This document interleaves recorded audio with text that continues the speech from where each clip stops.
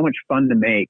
And I had no idea what was going to happen when it was all said and done. I had no idea that the movie was going to become kind of this cult classic, that I thought it would come and go and that would be it. But 20 years later, we're still talking about it. And then you're right, to look at how some of the film mirrored where my life would end up going with playing with these heavy hitters.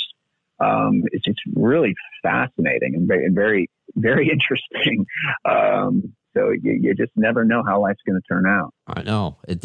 Whenever that movie's on TV, of course I watch it and I can see that scene and I smile just knowing, you know, what that young actor, young singer's life would become over the next 20 years and what you, right. It's just amazing. So I want to give credit to, cause again, my listeners are excited, as excited as I am. Jason Alba from La Habra, California. And quickly, any cool like cast stories hanging out? Anything, you know, you see the Mark Wahlberg stage dive and miss anything like silly like that? You know, it was a really good experience.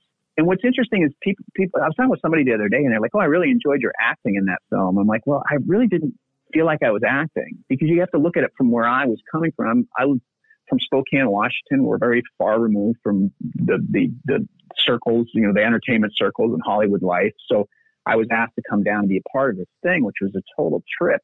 And it was, so when you see that this guy being so excited, you know, when I have the back and forth between Mark Wahlberg's character, it's like, I don't even think that's really acting. I was just excited to be there. Mm-hmm. You know, I was just geeking out.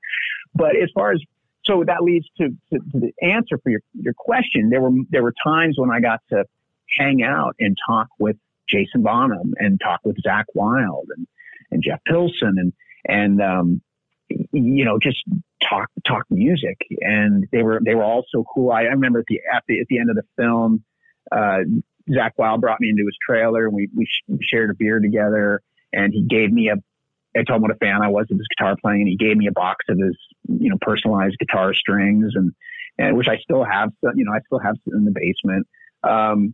So little things like that.